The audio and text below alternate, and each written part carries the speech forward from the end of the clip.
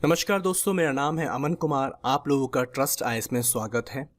आज का पहला क्वेश्चन है related to global Buddhist summit 2023। हाल ही में एक ग्लोबल बुद्धिस्ट समिट कराया गया इन न्यू दिल्ली। इसको कराया था by the ministry of culture and by the international Buddhist confederation ने।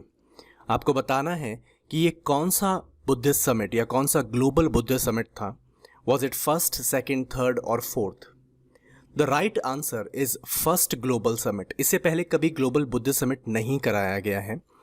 कई बार एग्जाम में थीम पूछ ली जाती है कि जो डिफरेंट समिट होते हैं उसके थीम क्या है, क्योंकि ये पहली बार कराया है इसीलिए ज़्यादा इंपॉर्टेंट है। सो इस ग्लोबल बुद्धिस्ट समिट की थीम थी responses to contemporary challenges, philosophy to practice. Practice का मतलब होता है प्रैक्टिस। कहने का मतलब ये है कि किस तरह से आज की जो समस्याएं हैं जैसे एनवायरनमेंट, हेल्थ या सस्टेनेबिलिटी, इसको किस तरह से थ्योरी नहीं बट प्रैक्टिस के बेसिस पे किस तरह से इसका सोल्यूशन निकाला जा सकता है इन समस्याओं का। Now the next question is related to national Panchayati Raj day. आपको बताना है कि कौन से दिन नेशनल पंचायती राज डे को सेलिब्रेट किया जाता है। The right answer is option C, 24 April को नेशनल पंचायती राज डे मनाया जाता है। इस बार का नेशनल पंचायती राज डे मनाया जाएगा रेवा, मध्य प्रदेश में। ये इसलिए इम्पॉर्टेंट है क्योंकि पहली बार पंचायती राज इंस्टीट्यूशंस को गवर्नमेंट ई मार्केट प्लेस के साथ कनेक्ट किया जाने वाला है। अब आपको समझना होगा कि गवर्नमेंट ई मार्केट प्लेस एक तरीके से समझ लीजिए जैसे अमेज़ॉन है, जहां अलग अलग तरीके का सामान आप परचेज कर सकते हैं। वहां अलग अलग सप्लायर्स हैं जो अपने सामान को सेल कर रहे हैं। उसी तरह से गवर्नमेंट ई मार्केट प्लेस भी एक तरीके का ऑनलाइन प्लेटफॉर्म है। गवर्नमेंट के अलग अलग ऑफिसेज में अलग अलग चीज़ों की रिक्वायरमेंट होती है। स्टेशनरी की ज़रूरत है, कंप्यूटर्स की ज़रूरत है। इन सारे सामान को बेचने के लिए अलग अलग सप्लायर्स अपनी कोटेशंस देते हैं on the government e market place. एक तरीके का ऑनलाइन प्लेटफॉर्म है जिससे ट्रांसपेरेंसी बढ़ाई जाती है गवर्नमेंट के ट्रांजैक्शंस के अंदर।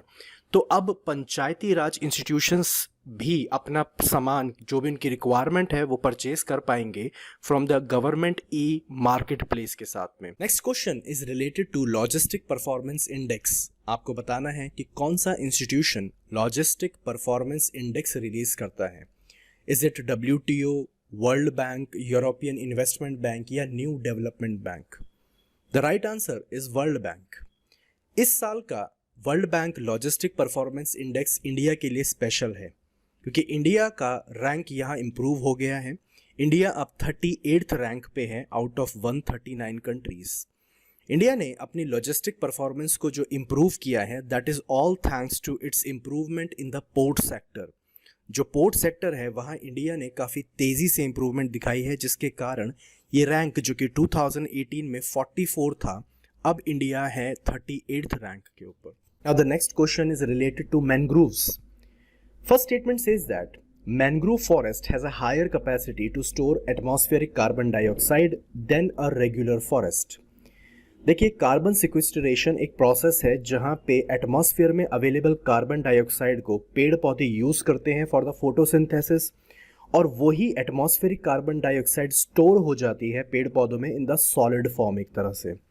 सो क्या मैंग्रोव फॉरेस्ट में जो अवेलेबल पेड़ पौधे होते हैं, जो भी अलग अलग तरीके के स्पीशीज़ हैं पेड़ों की मैंग्रोव फॉरेस्ट में, उनकी हायर कैपेसिटी होती है than the trees that are found in the evergreen rain forest और in the deciduous forest? Next statement says that mangrove forest only grow at tropical and subtropical latitude.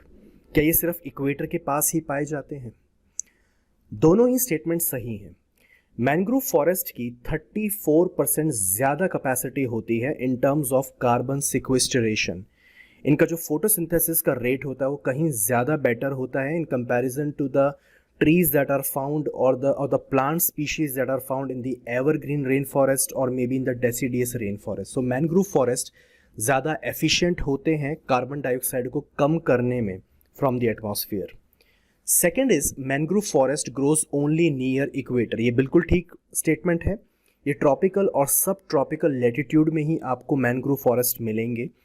Temperate या frigid reason जो होता है, जो polar के पास का reason होता है, जैसे नॉर्थ पोल और साउथ पोल का जो रीजन है, उसके आसपास आपको मैंग्रोव्स नहीं मिलेंगे क्योंकि मैंग्रोव्स को पनपने के लिए ज़्यादा हीट और ज़्यादा ह्यूमिडिटी की रिक्वायरमेंट होती है।